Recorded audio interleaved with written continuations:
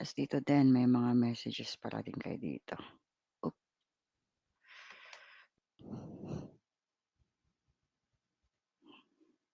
Ayun. Start na po tayo. Ayan, nakikita ko na yung mga messages niyo dito. Sa kabila. Lang.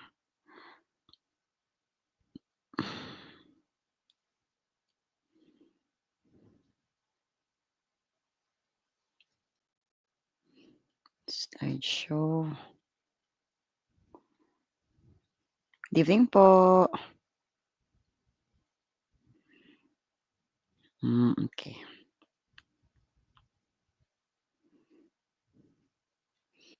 Okay. Yan. Okay, shout out. Shout out kay Sir Aris pala. Hello po. Okay, so I'll proceed na po, no? So, sa general information, I believe na-discuss na to, pero sa general information, doon po sa baba, makikita niyo dyan yung 4 na main topics nila, the Philippine Constitution, the Code of Conduct and Ethical Standards for Public Officials and Employees, or the RA 6713, the Peace and Human Rights Issues and Concepts, and the Environment Management and Protection. So, since you are taking CSE, you have 2 options actually, kung kuha kayo ng professional or the sub-professional examination. Both examination, hindi pwede kayong mag-take kahit hindi kayo graduate pa, no? Hindi ibig sabihin professional examination, kailangan professional ka or graduate ka ng college. Hindi naman. No? Kahit hindi ka graduate ng college, pwede ka mag-take ng professional or sub-professional examination. Yung isa dyan, level 1, yung isa level 2. Yung professional level 2 na siya. Mas mataas siya compared kay sub-professional. You have 170 items sa professional, 165 items sa sub-pro, and the passing rate is 80%. So ako, when I took the exam, ang iniisip ko noon is kailangan makascore ako ng 120 pataas. No, 120 pataas. So ganyan. Let's go to the general information coverage. So again, the Philippine Constitution, the 1987. Actually, meron din ibang exams na may question about the old constitutions natin. But the existing constitution that we have right now is the 1987 Philippine Constitution. And then the Code of Conduct and Ethical Standards, ano ba ang mga dapat gawi, no, ng mga tao or mga public servants.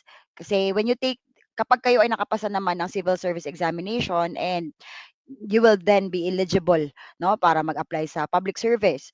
So, pag nakapasok kayo, ano ba yung mga dapat alam niyong gawi ng isang public servant, no? Ano mga kung pwedeng lifestyle, no? Anong pag-uugali, ano ang mga responsibilities nyo when you become public servants? At ano dapat ang image na dapat i-maintain nyo or protektahan nyo when you become public servant? So, syempre, itatanong yan sa civil service examination kasi baka hindi nyo rin gagawin, no? Or hindi nyo rin alam na yun pala yung dapat ugali at gawin ng isang public servant. And then peace and human rights. So, peace and human rights issues and concepts, mga karapatan natin, ano ba yung mga ginagawa, ano ba yung mga batas, ano mga agencies yung involved when we talk about peace and human rights. And then the environment management and protection. So, mga laws na involved, mga agencies na involved, ano ang mga problema natin sa environment now, what are the solutions, no? Paano tayo makakatulong? So yan yung general information coverage natin sa CSE. 552 na tayo. Okay, so let's talk about the Philippine Constitution. So ako kasi, self-review kasi ako. No? So uh, I really do take advantage of the available resources na meron sa atin, lalo na yung online. Wag lang, make sure lang na hindi kayo malalason dun sa mga mali-maling, no, mga Q&As dyan, no? So, you need to go to the basic. Puntahan nyo yung mga sources talaga. And if we talk about the Philippine Constitution, kailangan nyo basahin to. So, ito lang isa-search nyo online. 1987 Constitution. 1987 Philippine Constitution. So ever since nagbo-board ako, lahat ng exams na tinake ko, kaibigan ko na talaga 'to si Lawfil, 'no? Kasi siya ano kasi siya, eh, yung mga batas, 'no? Talagang kung ano nasulat sa libro nandun yan sa Lawfil. So, babasahin mo lang yan. It's just about the interpretation and understanding and comprehension. Comprehension ba yun? Yeah, sa comprehension mo na lang magkakatalo diyan. But the basic nandiyan mismo yan sa yung mga sa libro mismo or dito sa online. Just read that. So, kung babasahin natin yan, si 1987 Philippine Constitution. Ay, by the way, unahin ko muna yung tips para masimulan niyo na 'no. Sa dulo ko nilagay yung tips, parang tanga ako. Okay. So, para magamit niyo na ngayon while I'm discussing. So, I have review tips for you. It's from my Ma'am Grace. Number one, read in advance. Katulad ng sinasabi ko, open po ang internet. You can go online and just read, 'no. Maganda magbasa na kayo in advance so that when we discuss, meron na kayong, idea or yun pala yung ibig sabihin nung nabasa ko na yun. Ay, ito yung nabasa ko. So, read in advance, 'no? But what you should be reading is yung mga basic, yung talagang mga fundamentals kumbaga, 'no? Batas, yung kung batas 'yan, yung batas mismo, 'no? Kung madalas naman batas lang talaga ang pinag-uusapan dito, eh, the constitution, the laws, mga ganyan, 'no? Minsan yung website mismo nila, puwede mong puntahan yun. Halimbawa, we are talking about Commission on Human Rights. Puntahan mo yung mismong website ng Commission on Human Rights. Makikita mo dun yung mga, kung sino yung existing na mga officials, ano yung mga mandates nila, ano yung goals, anong objectives ng kanilang office. Kung we talk about the mga environmental agencies or agencies involved in environmental protection, DENR, mga gano'n. Pinupuntahan mo lang 'yan, puntahan mo lang yung mga websites nila. Ito pala yung goal nila, ito yung kanilang mandate, ang utos ng gobyerno sa kanila. No? So, ganon. Read in advance. Next is know thyself. Sinasabi nga I think si Confucius yon, no, na kung pupunta ka sa laban at kilala mo yung sarili mo, anong kakayanan mo, mas marami kang mapapanalong laban. Compared sa kilala mo lang yung kalaban mo. So, kung kilala mo yung kalaban mo at kilala mo yung sarili mo, mas marami kang mapapanalong laban, no? Pero ang sinasabi ko, know thyself. Because when you are reviewing, mare-realize niyo yan guys pagdating sa exam na naririnig niyo yung boses na nagdi-discuss o di kaya nakikita niyo yung PowerPoint na pine-present namin, 'no. So, ano ka ba, audio learner ka ba, visual learner ka ba o pareho? Talagang magmumulto kami sa mismong examination day niyo. Ano ba 'tong lamok na 'to, minumulto na ako ng lamok. Okay, magmumulto talaga kami sa exam mismo ninyo. Maririnig niyo yung mga boses namin, lalo kapag ikaw ay audio learner. So, ito yung diniscuss ni ma'am, maririnig mo yung mga boses namin. Makikita mo yung PowerPoint namin. So, if kung siyempre nag-aral ka naman before 'no, ta's oo, na-realize mo na, oo nga, minsan naririnig ko yung naaalala ko yung mga diniscuss dahil naaalala ko yung boses ng teacher, then you are an audio learner. I-develop mo 'yan. Kasi magiging armas mo 'yan sa kahit anong exam na ite-take mo, 'no. So, know yourself better, then take advantage, develop mo 'yan, take advantage. Kung visual learner naman guys, sulat ka ng sulat. Kasi ako dati kapag sinusulat ko yung mga dini-discuss, ta's nag-exam or nag-quiz, nakikita ko yung mismong sulat kamay ko, pang ilang page yun 'no, nasaan ko banda sa papel sinulat, kung isang buong papel yan gano'n. Dito ko sa taas nilagay yon title, tapos ito siya or nasa baba. So yan, visual learner kapag gano'n or nakikita mo mismo yung PowerPoint na pine-present ni ma'am. So gano'n, kilalanin niyo yung sarili niyo, develop that talent, and then gamitin yung armas yan pagdating sa exam. Okay. Oh, 700 na tayo, ang gagaling niyo talaga. Okay, next number 3, lamok. As much as possible, attend live lectures. Kasi online tayo. So, kapag ganito, uma-attend kayo ng live lectures, kapag meron kayong tanong, na pag-uusapan natin. Hindi katulad ng kapag recorded na lang, 'no, makikinig ka na lang. 'Di ba? Hindi ka na makakapagtanong, hindi ka na makakapag-engage. So, attend live lectures. Mas tumatatak kasi siya kapag nakakausap niyo rin 'yun mismo yung nagdi-discuss, okey? And then 'wag a-absent, 'no? Hopefully 'wag a-absent. If makapag-absent man, make sure you watch the recorded lectures. What if ma'am kung wall sa dalawa? Di ko minded. Sorry po, sir. Okay, and then avoid distractions. Katulad nitong lalaking 'to, may jowa naman siya, na-distract siya, charot. Naghiwalay sila, charot. No, so avoid distractions. Again, online yung ating platform. So, punta kayo sa lugar kung saan tahimik, no, habang nagdi-discuss ako para hindi baka nagyayaw-yaw yung nanay niyo diyan ngayon. Sinasabi ko na sa'yo, maghugas ka ng pinggan, hindi ka pa rin nagluluto. Distraction talaga 'yan. So, explain niyo na sa parents niyo, Pa, mag-aaral po ako ngayon, hindi po ako magsasarili." Charot. "Ma, mag-aaral po ako ngayong gabi 'no, intindihin niyo muna ako, bigyan niyo muna ako ng time para din naman sa atin 'to." And then, you go to our room or kung saan ka puwedeng pumesto na wala masyadong makaka-disrupt sa pagle-learn mo. Kasi ang attention natin guys, kapag focus na tayo ta's bigla tayong na-distract, parang babalik tayo sa zero, eh. Yung absorb na ta's biglang madi-distract tayo, mahihirapan tayong ibalik ulit. Nasa momentum ka na dapat, eh. So yun, sa tahimik na lugar, sa malimig na lugar, baka Sogo yung puntahan niyo 'no, hindi. So sa tahimik na lugar, 'wag naman sa malamig. Okey lang din, basta you are relaxed then mas magiging absorbent yung utak niyo 'no, doon kayo pumunta. Kung as much as possible na wala mo ng ka-chat 'no, wala mo ng mga kabit, charot. Wala mo ng mga kabit 'no, naka-chat. So gano'n, avoid distractions muna.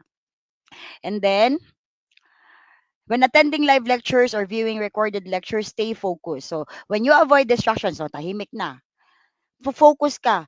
'Pag may kasi nadanas ko 'to in the past na nagdi-discuss yung katulad ngayon nadi-distract ako sa lamok na 'to, papatayin ko 'to talaga. Okay, katulad before, nagdi-discuss yung teacher, online kasi siya, so nakikinig ako, but then may biglang kumausap sa'kin. So, naririnig ko yung discussion, ito yung topic, kaso hindi ako nakapag-focus. Alam niyo ba pagdating sa exam, parang alam ko dapat 'to, ako kasi 'pag nag-e-exam binibilang ko na agad yung tama kong sagot.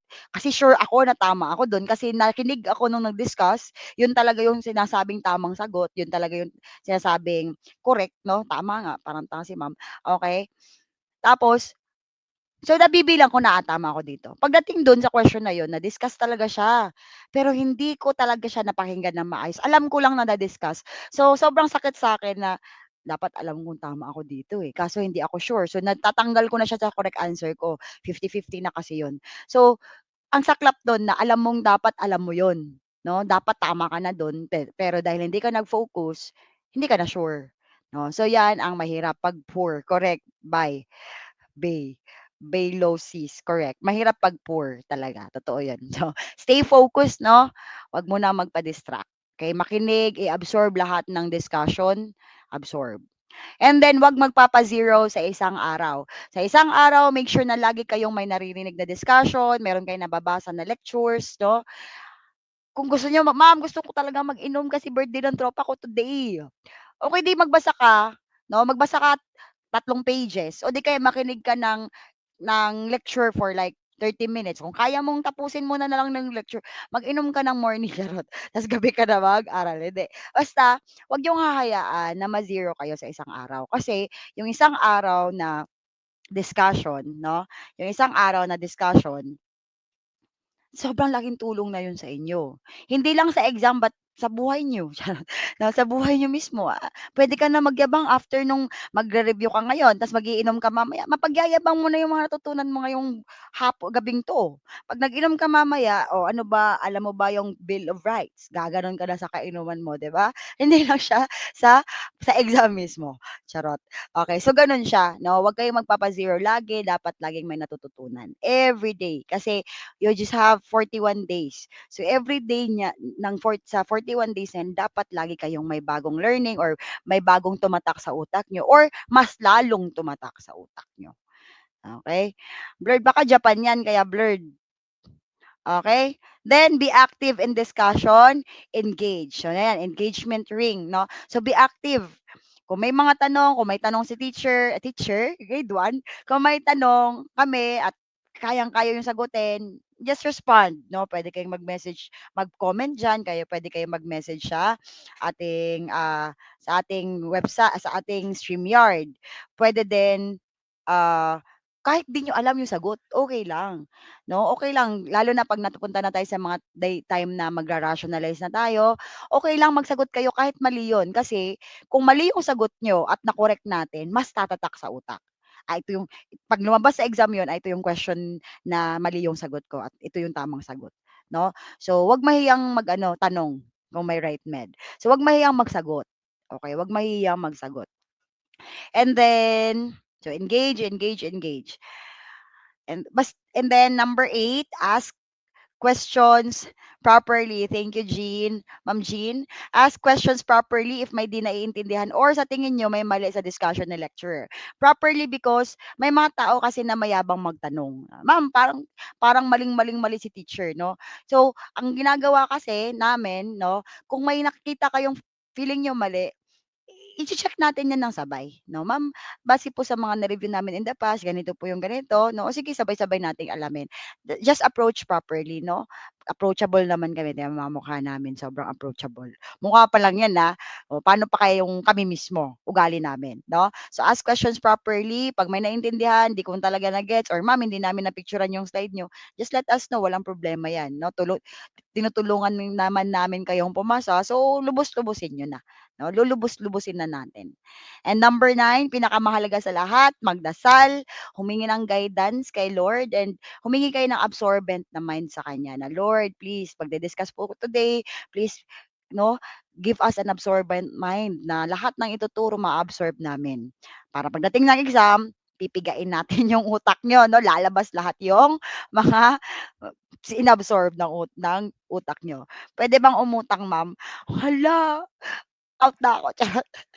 "Sir, mag-a-out na po ako dito sa live." Okey. So ayun 'no, okey magsunog daw ng kilay. Okey.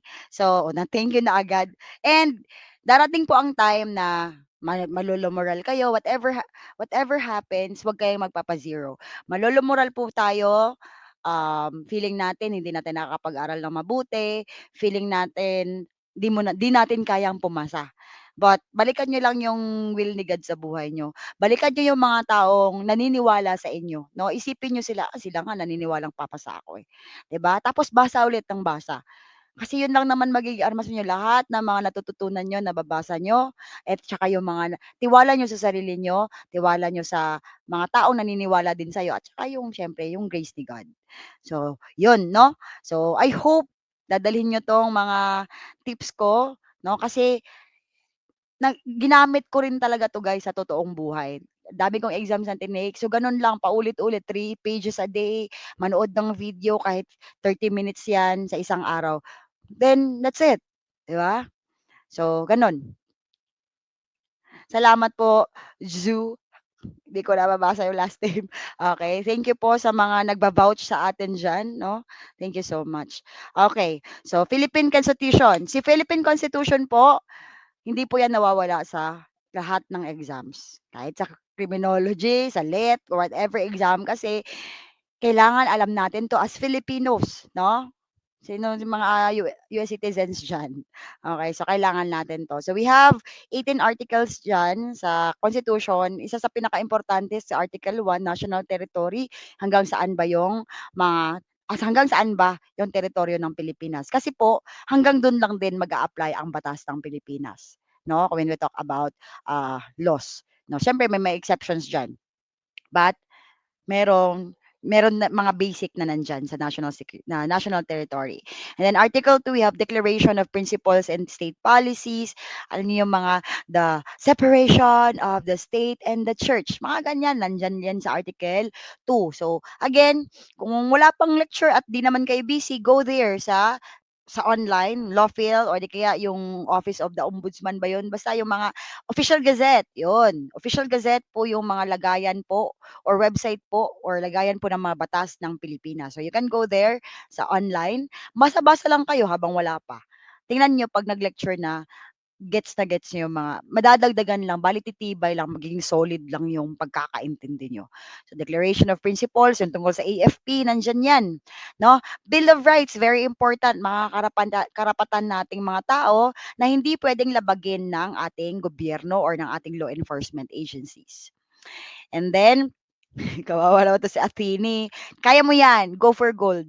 Okay, citizenship, sino-sino ba yung mga Filipinos, 'no? Sino-sino ba yung may Filipino citizen? Citizenship pala. Okay, that's the citizenship. Then Article 5 po natin, the suffrage, the right to vote. So sino-sino yung pwedeng bumoto, 'no? Anong qualifications, mga minimum qualifications, nandiyan din 'yan. So ngayon pa lang parang kung maiisip mo na, gusto ko malaman sino-sino yung mga qualified bumoto, punta ka na ngayon. Huwag ngayon pala, mamaya pagkatapos ko. Okay, suffrage. And then, legislative department, yung ating mga gumagawa ng batas. Kung sino-sino yung mga nasa Congress, sino ba ang pwede maging senador, maging kongresista, anong trabaho nila, ilan dapat ang edad nila para makapasok sa or makapag maging kandidato. Nandyan po yan sa legislative department, anong trabaho nila. Right? And then, executive department, ito naman yung sa mga law enforcers, no? Si legislative department gagawa ng batas, si executive department po yung magpapatupad ng batas na yon. Okay?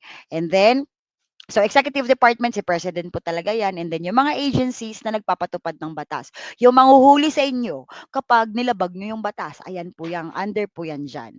And then let's go to judicial department. Judicial department po, ayan naman yung sa mga courts. So kung sino ang pwede maging judge, no, anong trabaho nila, yung Supreme Court, Court of Appeals, yan po yan sa judicial department.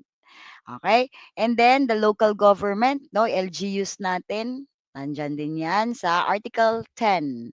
Accountabilities of public officers, ano ba yung mga responsibility, no? Tsaka pananagutan na kayo, kung magiging public servants kayo in the future, or mananalo kayo sa election, or i-appoint kayo, no?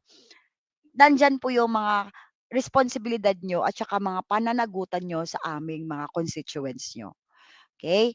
Next, national economy and patrimony, yung ating kaperahan, ang ating kalikasan, no, yung mga panapamana pa natin sa ating ipapamana pa natin sa ating mga anak, yung kalikasan natin, the environment, no. Yan, nandiyan din yan. Paano ba aalagaan? Sino-sino ba ang dapat involved? Social justice and human rights, no, yung pagiging fair. No, madi-discuss din yan dyan. Education, science and technology, arts and culture and sports. The family, Article 15, the family. Then general provisions, usually hindi na namin dinidiscuss yung general provisions, amendments and revisions and transitory. So, mga importante dyan, madalas sa madalas, importante naman yan lahat. But don't worry, gigisahin kayo. Iisa-isahin natin yan. Okay? Yeah, Constitutional Commission, nandyan po yan sa Article 11. Article 11. Kasi nandyan po si Civil Service, andyan po si COA, at andyan po si COMELEC. So sila po yung magche-check sa inyo kung meron kayong mga pananagutan sa public na mayroon kayong nagawang mali. So nasa Article 11 po yan. Okay? That's the coverage ng 1987 Constitution. Next ay Code of Conduct and Ethical Standards. Shout out sa 921 viewers natin and kay Sir Aris. No? Code of Conduct and Ethical Standards, katulad ng sinabi ko, when you become public servants, dapat alam niyo yung tamang gawi, no? Katanggap-tanggap, no? Para sa isang public servant. Okay? So again, the same thing. You can search this online while wala pang discussion, but that's Republic Act 6713, no? Ayan siya. Ang short title niya is itong title section 1, The Code of Conduct and Ethical Standards of Public Officials and Employee. Ang sinasabi na sorry po, Constitutional Commission pala.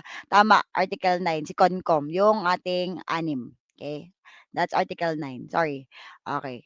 So, we will discuss naman that eh. So, 6713, the Code of Conduct and Ethical Standards of Public Officials and Employee. Yes. SALN, yes, lumalabas po yan dyan. So, actually si SALN po ay nandito sa Code of Conduct and Ethical Standards. Kung kailan siya inaano, no? Blurred ba talaga? Sobrang blurred ba talaga? Baka sa internet nyo po, guys. Or baka nasa Japan ka, charot. Sa internet, hanap kayo ng matinong internet connection. CR ka. Joke lang. Okay, next. So, nandiyan po 'yan. So, makikita po natin sa batas na 'yan, again, norms of public officials and employees, commitment to public interest lagi, 'no? Hindi mas mauuna po yung interest ng publiko kaysa sa personal na interest natin. Professionalism, justness and sincerity, political neutrality, responsiveness to the public, nationalism and patriotism, commitment to democracy and simple living. Sa ano talaga okey naman po malinaw. Sa ano po talaga 'yan, sa inyong internet connection. So, actually nasa mga simula lang ito, part na 'to. Actually may mga discussions naman 'to, but sa title pa lang kumbaga alam niyo na kung paano gawin, but again, we will discuss that. Then we have statement of assets and liabilities and net worth, 'no? Statement of assets and liabilities and net worth, yung SALN na pinag-uusapan natin, kailan kayo magfa-file kapag public servant na kayo, 'no? Kailan puwedeng ipasa 'yan. Yeah, I will send the soft copy. And then duties of public officials and employees. So ano ba yung mga responsibilidad nyo 'pag kayo ay, public servants na? Act promptly on letters and requests. Kung magiging secretary kayo, magiging police kayo, magiging in service kayo, whatsoever, makakatrabaho kayo sa munisipyo or sa capital, 'no? So 'pag may mga requests, may mga letters, 'no, act promptly. Hindi puwedeng patagalin yung mga request na 'yan. Submit annual performance reports. So, every year po 'yan meron kayong performance reports na, gagawin.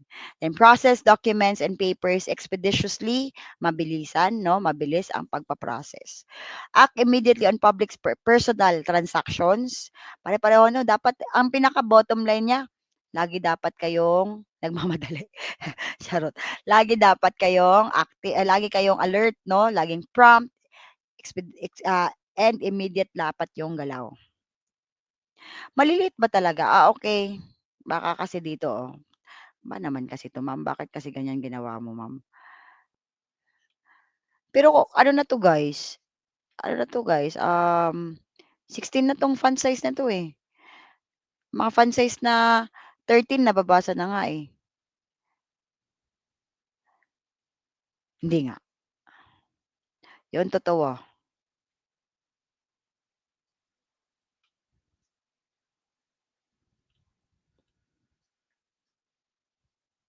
Sige, tingnan natin. Evening po. 'Pag laptop, 'pag cellphone maliliit. I-zoom niyo yung sa cellphone, i-gano'n niyo yung cellphone niyo. Puwede naman 'yan, eh, 'pag zinoom. Okey? And then mga prohibited acts, mga pinagbabawal na gamot, pinagbabawal na mga transactions kapag kayo ay nasa public service na, financial and material interest. So, hindi puwedeng magkakaroon kayo ng financial and material interest sa mga trabaho niyo 'no, sa gobyerno. Kung kayo ay tatanggap ng mga bayad, hindi puwedeng inyuhin 'yun 'no. Hindi puwedeng magkaroon kayo ng interes sa pera ng gobyerno or pera ng bayan natin. Sige ano niyo lang, gano'n niyo lang, i-zoom niyo lang. Outside employment and other activities related thereto. So once you are in a public service, 'no, mahirap na pong puwede naman kayo magtrabaho outside, 'no, sa employment niyo. But may mga requirement po, okey? Kapag kayo ay nasa DepEd, kapag kayo ay nasa munisipyo, ang tawag kasi natin diyan ay moonlighting. So kapag kayo ay nasa public service po, hindi po puwedeng maging in conflict yung trabaho niyo sa labas, tsaka yung trabaho niyo sa government. So 'yan, they are prohibited acts and transactions. Disclosure or misuse of confidential information.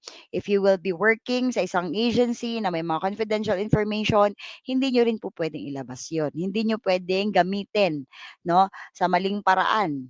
Hindi puwedeng ikalat niyo 'yan kung confidential yang information na 'yan.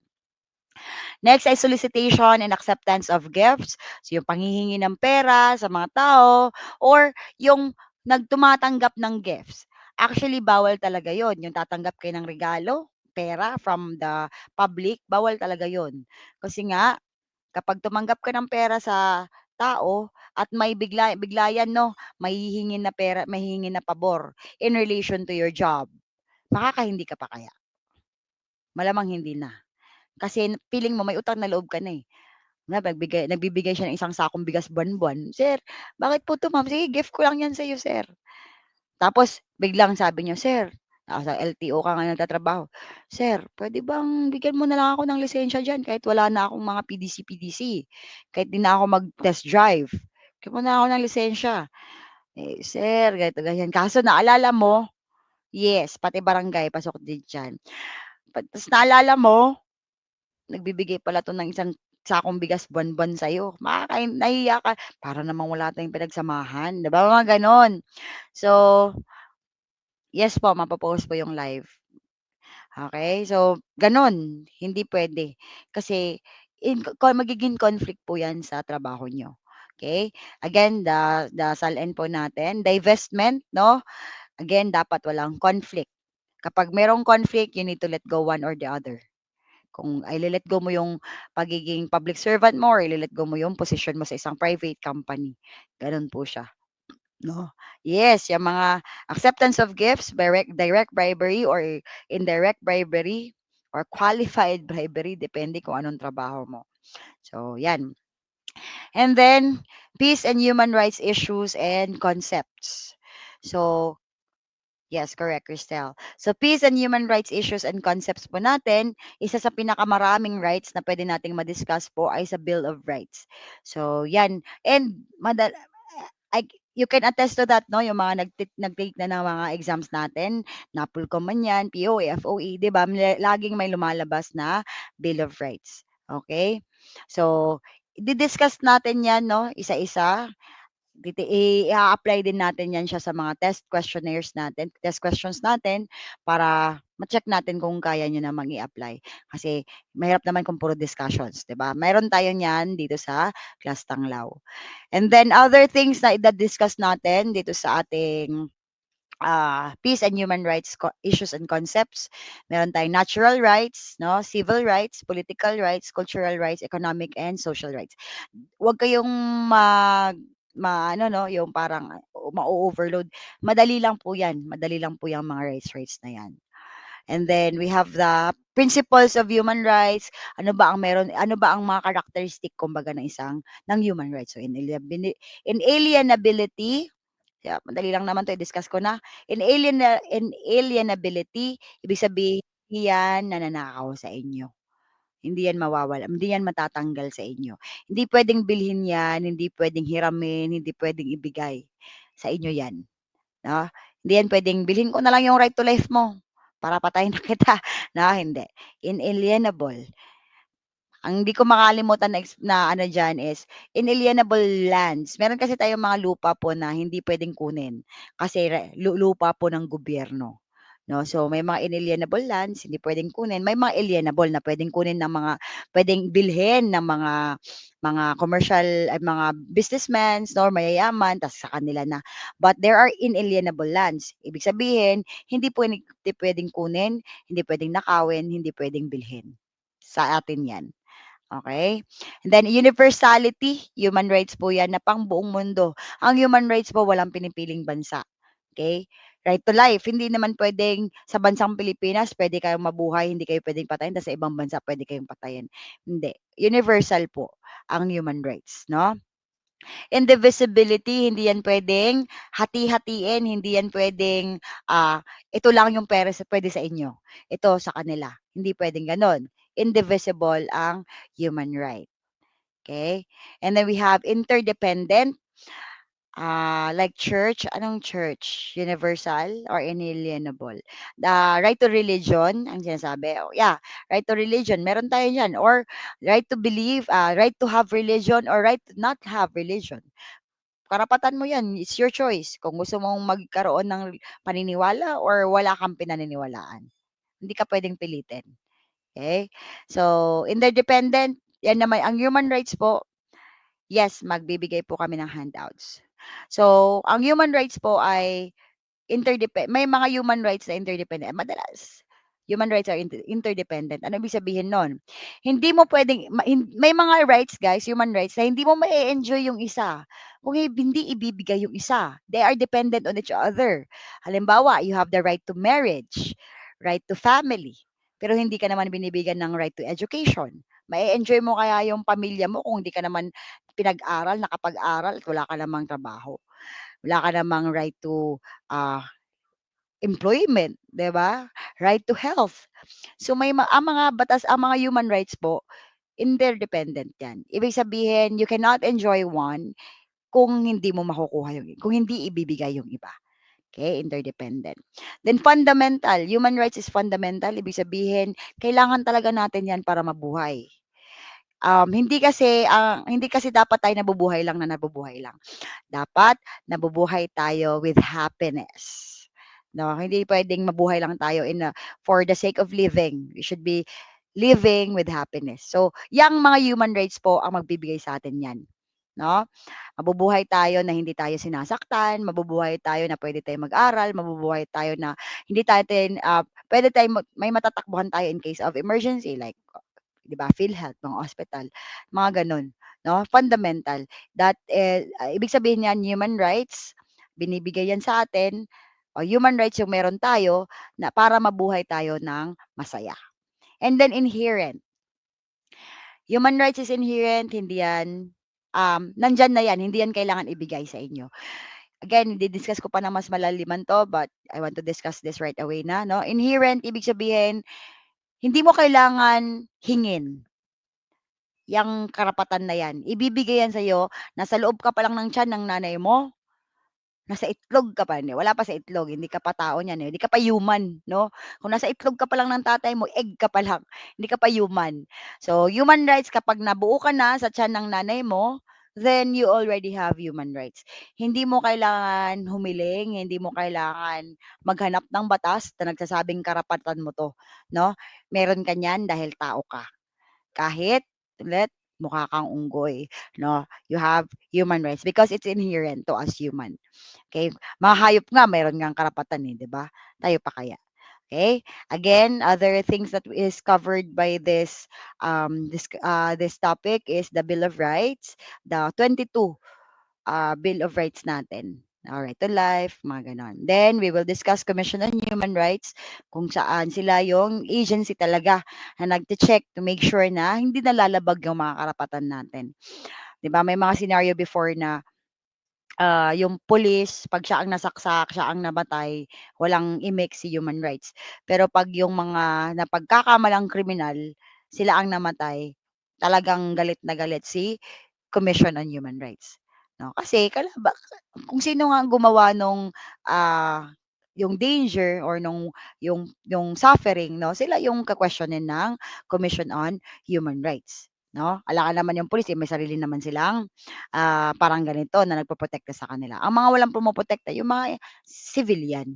Kaya ang pumoprotekta sa kanila, the Commission on Human Rights, 'no? And then we will discuss then the UDHR or the Universal Declaration of Human Rights. So bale ano lang naman 'yan, si UDHR parang, ah, para siyang ayan nga, declaration. Pinag-usap-usapan na 'yan ng mga bansa kung ano yung human rights, o ano-ano mga human rights na ibibigay or meron sa mga bansa-bansa na, kasapi nung grupo na yon or membership na yon. Okay, so 'yan, UDHR. And then, actually malapit na tayo, baka 1 hour lang tayo tapos na tayo. So, environmental management and protection. So, environmental management and protection, dito naman natin madi-discuss yung environment, no, land, the air, the water, ano yung mga batas na involve on protecting and managing them. Feeling ko pinaka-basic, 'no, is the Presidential Decree 1152. So, luma na siya, panahon pa lang pa 'to ni, Marcos Sr., 'no, panahon pa 'to ni Marcos Sr. Presidential Decree 1152. So, actually halos lahat nandito na. May mga bagong batas lang tayo in the contemporary age, 'no, ngayong mga panahon na 'to na medyo kasi nag-i-innovate, na nagbabago ang mundo, nagbabago ang society. So, may mga dinagdag, but lahat halos nandito. So, the Philippine Environmental Code or the PD 1152. Sobrang bilis ko ba mag-discuss? Don't worry, overview lang naman 'to, okay? Lalaliman pa natin yung discussion. Okay, dadahan-dahanin ko. So, the Philippine Environmental Code, nandito po yung air quality, 'no, water quality, land use management, natural resources management and conservation and the waste management. So air quality, ano sa tingin niyo yung mga batas, no, na nagamit o ginawa na or ano mga ginagawa natin to make sure na walang air pollution, 'di ba? Naaalala niyo bawal yung mga pabrikang mauusok, bawal yung mga sasakyan na mauusok, 'yan. So dahil 'yan sa Philippine Environmental Code. Okay. And then meron pa tayong iba pang batas, bagong batas tungkol diyan. Then water quality. So meron pa ano bang naisip niyo mga ginagawa ng Pinas para ma-maintain yung water quality or ma-make sure na hindi madumi yung karagatan natin or mga ilog natin or mismong yung tubig na iniinom natin, 'di ba? Bawal magtapon ng basura sa ilog, sa dagat, 'di ba? And then bawal yung mga bawal magtapon ng mga ano, ay bawal maglagay ng kung ano-anong mga pit, kumbaga yung maglalagay kayo na masisipsip ng ilog or dagat yung mga, leak na magagawa niyo. So yun, mga water quality. Then land use management, paano gagamitin yung ating mga kalupaan, 'di ba? Kinakalbo na yung mga bundok-bundok ngayon. So, may batas po regarding that. The natural resources management and conservation, meron tayong mga kabundukan, 'yan, Sierra Madre, na mini-maintain natin, kino-conserve natin. May batas po para diyan and, again, the basic law na meron niyan is the PD 1152. But there are new laws na mas lalong pinaigting yung poprotekta sa ating mga, natural resources, 'no, natural resources and conservation. May tulad sa Palawan, sino taga Palawan dito? Sige lang po. Yes, using illegal dynamites for fishing. Actually, natural resources po 'yan. Yung pagkuha natin ng mga anything from the nature, natural resources 'yan. So kung merong pinagbabawal, halimbawa, 'yan sa pangingisda, 'di ba? Mangingisda ka, gagamit ka ng dinamita, namatay yung maliliit na isda na dapat lalaki pa sila, mas marami pa tayong makakain, kaso ginamitan naman ng dinamita. So, there are laws na pinagbabawal sila. So, these are the mga acts naman 'no, na initiative ng government natin para ma-conserve and ma-manage yung ating natural resources. Okay. Sa Palawan, 'di ba meron diyan yung underground na reserve. Puwede kayong pumunta, hindi ka na puwedeng mag-ingay, hindi puwedeng magtapon ng mga basura. Yung underground na may mga paniki sobrang dami, thousands of paniki. So 'yan, kino-conserve yang mga 'yan. Kasi mga kinukuhanan natin 'yan ng hanapbuhay 'no, and ano na siya, sobrang tagal niya na na dapat talaga siyang i-conserve. Small scale mining, land use management, and then natural resources din. Okay. Thank you so much, Jen. Okay, and then waste management. Siyempre guys, kapag we talk about environment, lagi basura din talaga ang naiisip ko, 'no? Kasi isa siya sa pinaka talagang sumisira sa environment natin, ang maling pagtatapon ng basura, 'di ba? Itatapon yung basura na plastic sa dagat, tapos or di kaya mga bote, 'no? Tapos papasok dun yung mga isda or mga kung ano pang mga laman dagat. And then lalaki sila dun, 'di na sila makakalabas, mamamatay na sila. So, mga gano'n 'no, nakakalungkot. So, waste management, solid waste management, saan niyo itatapon yung mga malalaki niyong mga basura, saan niyo itatapon yung mga plastic, eh, alam naman nating makakasira sa environment 'yun. So, may mga batas tayo para diyan, waste management on how we will, dispose of them 'no. Bawal actually magsunog, mga plastic, bawal magsunog. So 'yan, waste management. Agencies involved.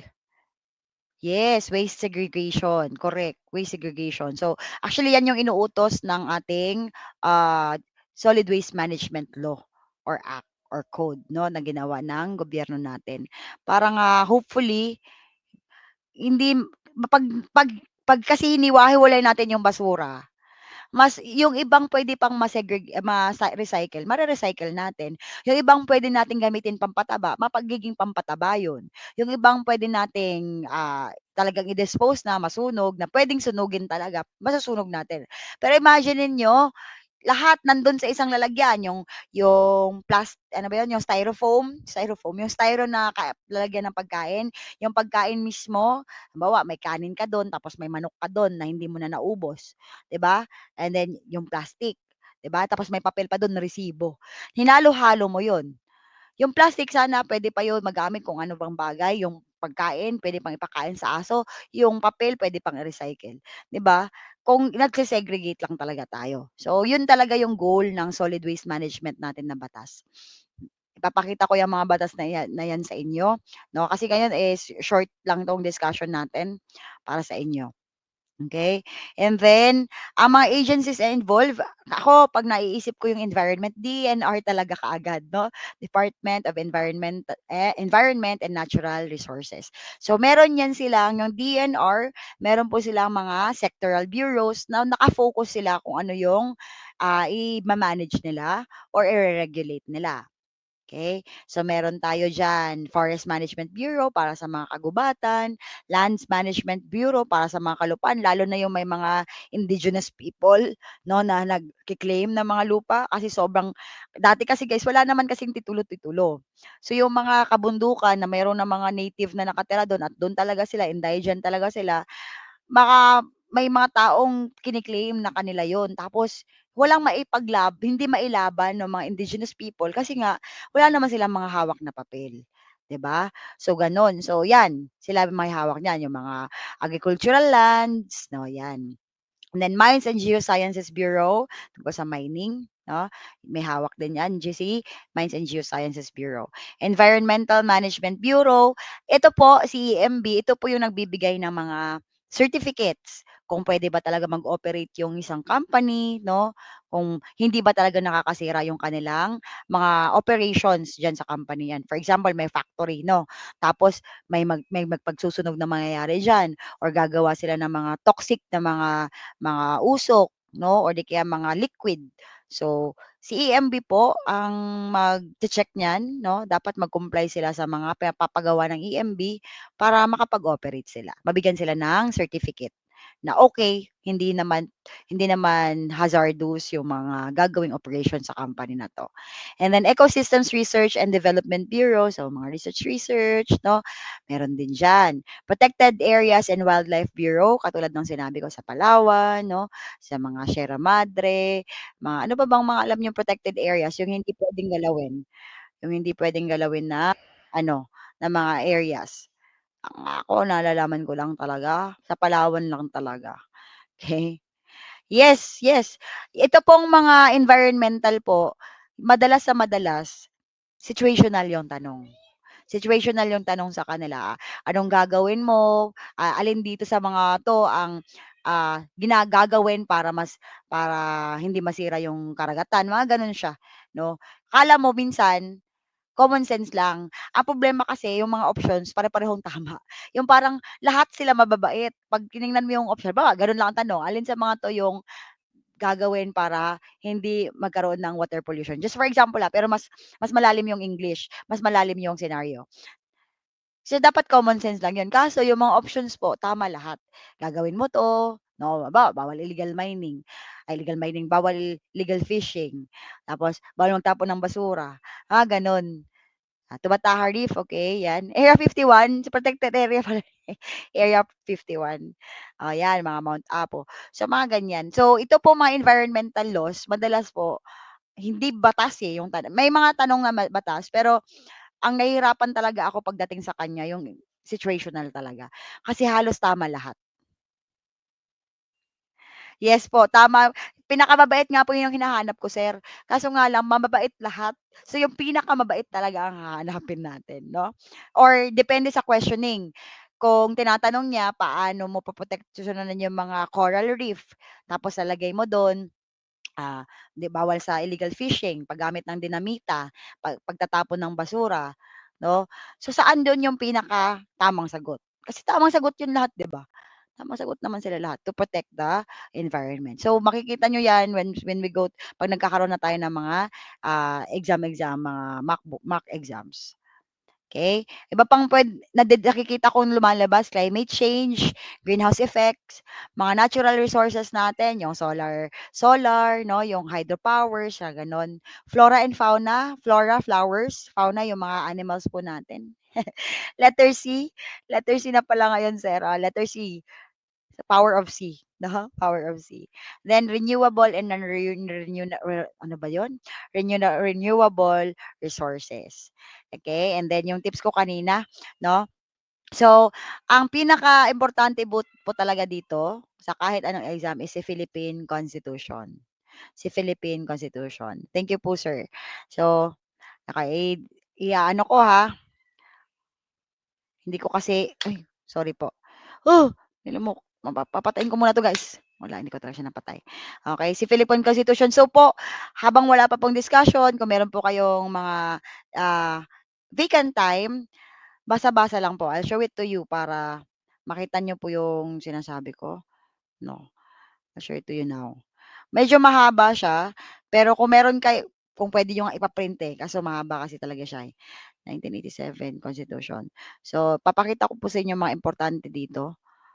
Wait lang, hanapin ko lang yung ating StreamYard. Mas nakakasira ang coral reefs ang dynamite fishing kumpara sa siltation, ChatGPT. Ano po nakakasira sa coral reef? Ayan, ayan na siya, okey. So, dynamite fishing kasi mas malala yung ano niya, eh, mas malala yung effect niya talaga, 'di ba, ano, compare mo sa siltation, mga gano'n. Yung napapalibutan na or natatabunan na ng mga water lily or mga damo yung ibabaw ng dagat or ibabaw ng ilog, mga gano'n. So, ito po si preamble, ang hindi ko meron akong isang exam na na-take po na ang tanong lang is, what is the first word sa preamble? So, we po siya, 'no, we, 'yan. National territory po natin, ang Pilipinas po ay isang archipelago, ibig sabihin po, ah, ano siya, napapalibutan siya ng tubig, okay. And then ang mga natin, yung meron tayong mga territory po natin, puwede po 'yan terrestrial, fluvial, and aerial. Terrestrial, yung mga kabundukan, fluvial, katubigan, and aerial, yung ating himpapawid, 'no. Kaya meron tayong sa AFP meron tayong Philippine Army. Sabi sa bundok daw 'yan sila naka-assign. Okey, meron tayong Philippine Air Force para sa ating himpapawid. Shoutout sa 1K natin na mga viewers. And then meron tayong ano, meron tayong fluvial, meron tayong navy din natin, 'di ba? So, 'pag na-connect niyo siya, madali lang naman siyang i-memorize. Okey. Moro-Ami, wala na kasing Moro-Ami ngayon, eh. Wala na kasing Moro-Ami, tsaka wala na ring dynamite fishing. Sa tingin ko lang wala na masyado, 'no? So ang ano namin diyan, ratio namin diyan, ang ratio ko diyan kung may gano'ng question, alin ang nakakasira sa coral reef? 'Di ba may siltation dun, tapos merong kung ewan ko kung may dynamite fishing na option, pero during that time ngayon kasi wala na kasi masyadong dynamite fishing. Kailangan mo kasi siyang i-relate sa current na mga pangyayari. Nung panahon nila nung may Cesar Montano pa, yung Moro-Ami, yun nung time na yun talagang dynamite fishing, 'no? Moro-Ami yung talagang pupuntahan mo sa ilalim, papupuntahin mo yung bata. Kaso wala na kasing balita na ganyan ngayon. So, parang i-relate mo siya sa current events. I-relate mo siya sa current events. Okay. Next, so dito po yung mga principles o declaration of principles po natin, 'no. Democratic ito, hindi na ewan ko lang 'no, pero ito lumalabas din 'to. Ano ba ang state natin? Democratic and Republican tayo. Ibig sabihin, tayo yung pumipili sa ating mga nagpapatakbo ng ating gobyerno at sila yung magre-represent sa atin. Pipiliin natin sila and then once napili na natin sila, sila yung magre-represent sa atin. That's democratic and Republican state or representative, 'no. 'Yan. And then, ayaw natin ng war, but anong klaseng war ang ayaw natin? Ayaw natin yung aggressive war. Okey lang sa atin, puwede tayong lumaban basta depensa. Kung kailangan naming pumunta sa laban para dumepensa, gagawin namin 'yon. Kung kailangan naming makipaggiyera para depensahan yung sovereignty ng Philippines, gagawin namin 'yon, okey? Wait lang hanapin ko yung ano ulit, nawala ako dito.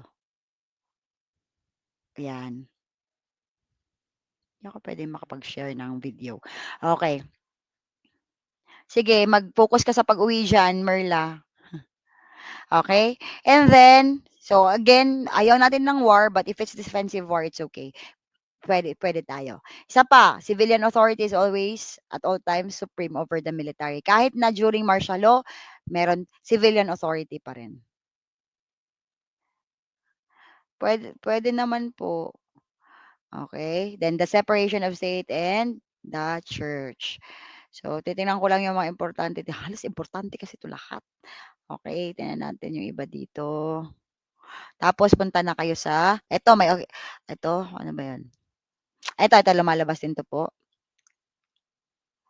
So, role of women in nation building, tapos yung sa youth, 'no, kailangan natin ng youth. Kapag nawala na yung youth, wala ng future, 'di ba? So, the state recognizes the vital role of youth in nation building and shall promote and protect their physical, moral, spiritual, intellectual, and social well-being. Dapat inculcate, ibig sabihin itatak natin sa mga youth yung patriotism, yung pagmamahal sa bayan natin, no, na kaya nating isakripisyo yung buhay at ating mga katawan, 'no, hindi naman yung magpapa tayo, 'no. Yung kaya nating pumunta sa giyera kahit maputulan tayo ng paa, 'no, our lives and our limbs para sa kalayaan ng Pilipinas. 'Yan dapat ang ina-inculcate sa mga youth, kaya nga yung ROTC, 'no. And then nationalism, yung Pilipinas muna. Ibig sabihin kapag may mga products, 'no, yung Philippines, ano natin, tangkilikin kumbaga ang sariling atin. Okay, 'yan dapat ang mga meron sa youth natin. Kailangan itatak natin sa kanila. Role of women, asan na 'yun, labor as primary social economic force, pakisulat. Labor as primary social economic force. So labor, yung pagtatrabaho, yung mga empleyado, 'yan naman talaga, sila naman talaga ang dahilan bakit kumikita ang bansa natin. Wala na daw patriotism.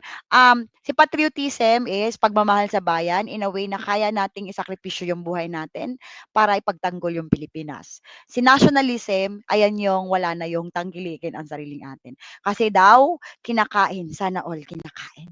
Kinakain na daw ng K-pop, 'no? Kaya talaga, mga K-popers, hip-hoppers. Dati hip-hoppers, 'no, okey lang kasi Stupid Love, 'di ba gano'n-gano'n mga hip-hoppers. Ngayon kasi K-poppers na sila, eh, 'no, kinakain na sila ng K-pop. So, sana all kinakain sila. Okey, 'no, so labor as a primary economic source, pakisulat. Okey, and then ano pa yung nandito, mga autonomy, merong autonomy ang local governments.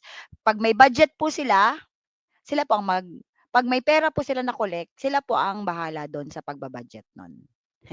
Invade. Ito yung pagsakop dun na walang giyerang nangyari. Nasakop na tayo ng hindi man lang tayo ginigiyera. Yan, mga Korean, 'no? Tibay talaga. Si Tanggol na lang daw ang may patriotism, grabe ka naman. Meron pa rin naman tayong mga military na willing to sacrifice their limbs and their lives para sa Pilipinas. At saka ikaw, malay mo, 'pag ginera tayo ng China, ikaw pa mauna dun mag-ano, "Hindi!" Gaganon ka, tataas ka ng itak, 'di ba? So, ito autonomy, ibig sabihin, hindi ba nakikita? Kasi naman naka-cellphone, okey. So, ganyan na lang. Local autonomy po, 'yan.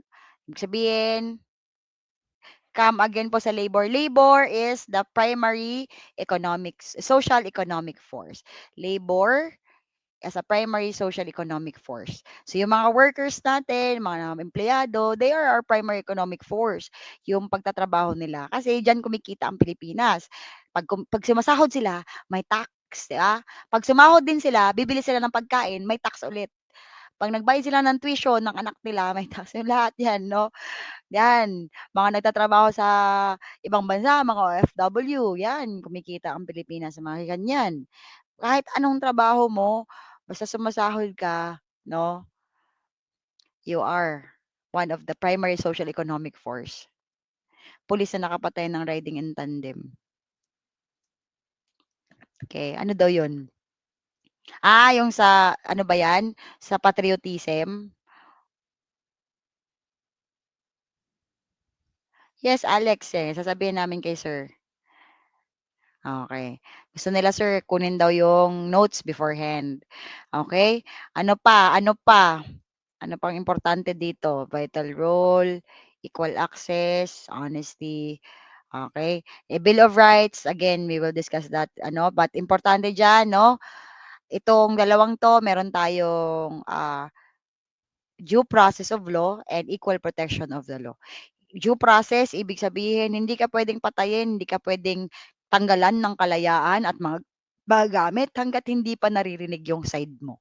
Hangga't hindi nila pinapaalam na may something wrong, meron kang ginawang kasalanan at hindi nila narinig yung side mo. And then equal protection, dapat walang discrimination, 'no?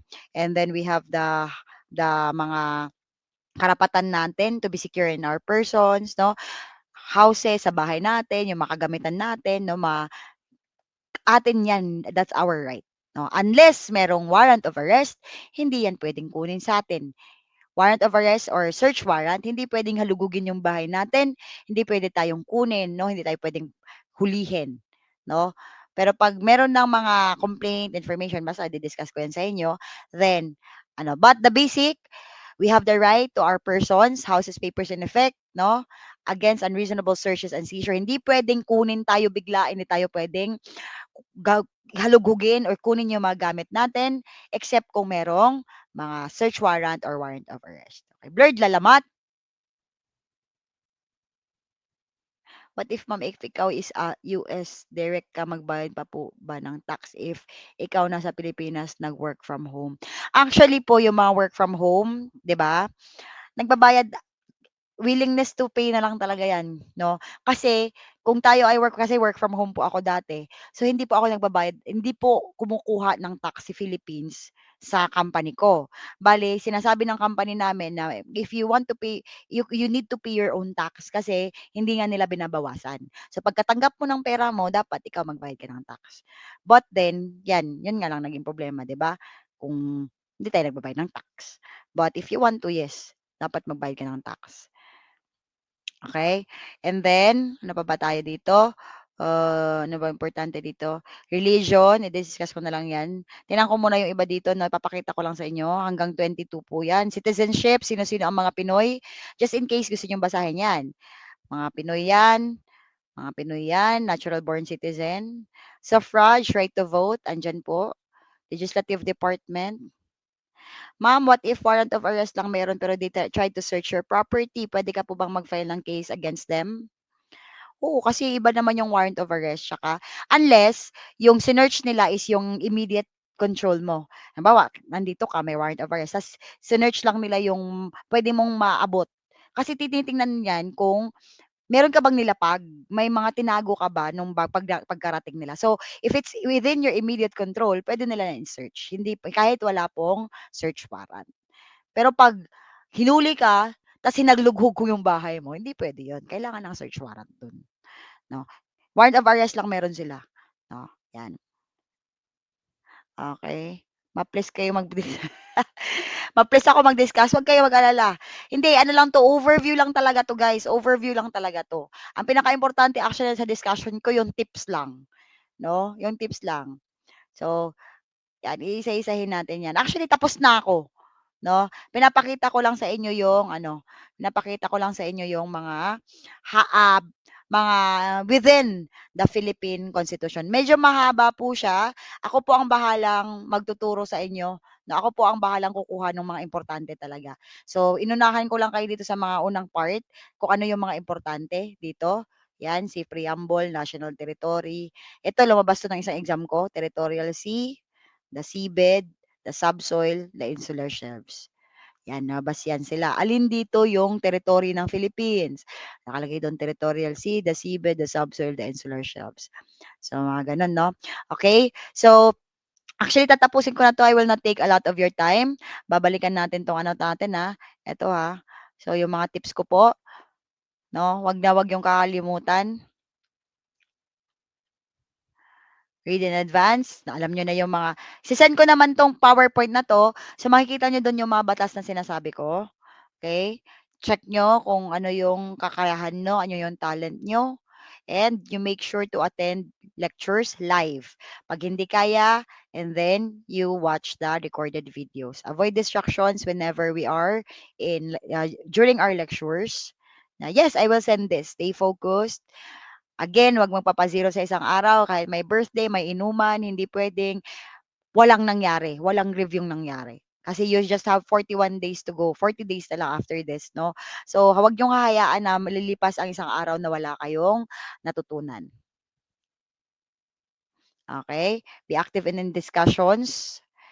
Thank you sa mga nagme-message pala na hindi ko naman din binabasa, parang tanga, okey. Ano po ang nakakasira? Ito na yung kanina. Sa siltation po yung kanina 'no, na-discuss ko. Wala na po kasi masyadong dynamite fishing ngayon, mga gano'n. That's why. Okay. So, pa-send po sa PDF review ang mahaba, ang haba. Yes po. So, don't worry. Sa Constitution po, sa lahat ng batas na diniscuss ko, pipiliin po lang ko pa lang po dun, kulang po dun yung i-di-discuss ko lang po yung mga importante na lumabas nung mga past examinations. No, so you don't need really to talagang information overload kayo, hindi kailangan, no? Ang gagawin po natin, kung you have time, you read.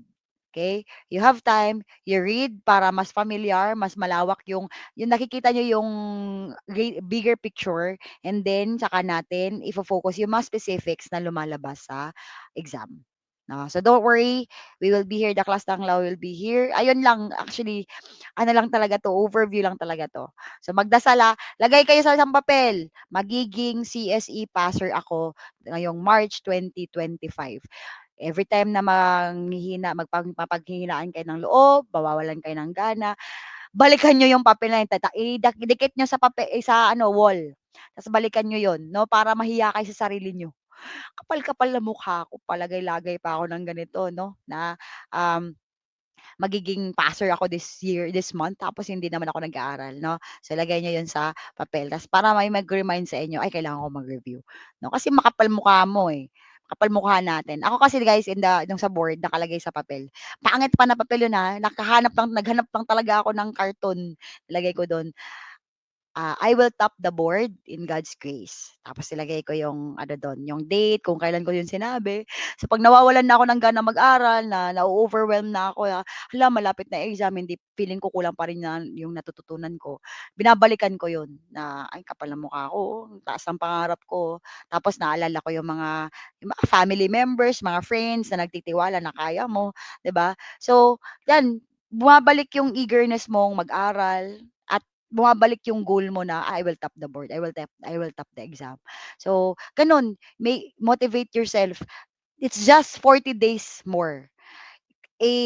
Lubusin niyo na yung pag-aaral sa 40 days na 'to. Alam ko ba lahat tayo may mga trabaho, may mga extracurricular, kumbaga meron tayong ibang mga ginagawa, 'no, but please spend time, 'no, save time para sa review, para isang take lang, pagkatapos ng March examination, papasa ka, tapos na, hindi mo na babalikan 'tong ganitong setup, 'no. So, all in niyo na this season para tapos na, okay. So again, I will submit the PowerPoint kay Sir Jerome, sila na po bahala magsa-submit sa inyo. And then if they will agree na hingin muna ninyo yung mga PowerPoints in advance, then that's good, 'no?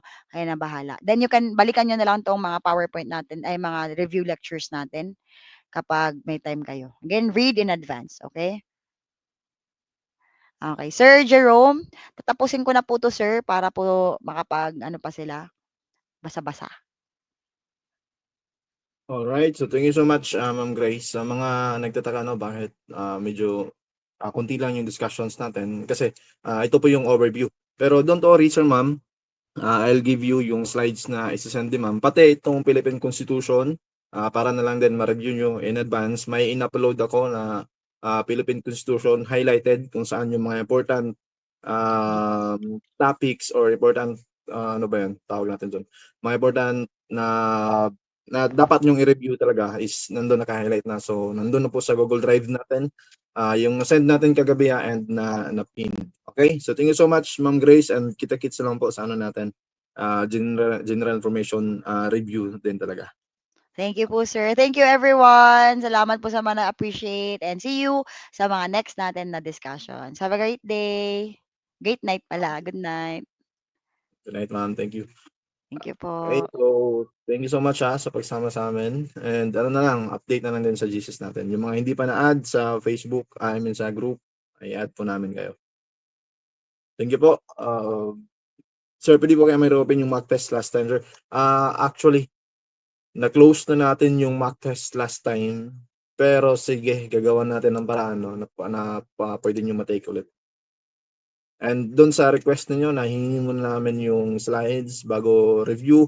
As the lecturer naman. Pwede naman yun. Yes po, yes. Sir or Ma'am Alex, yes. Kuha po namin yun.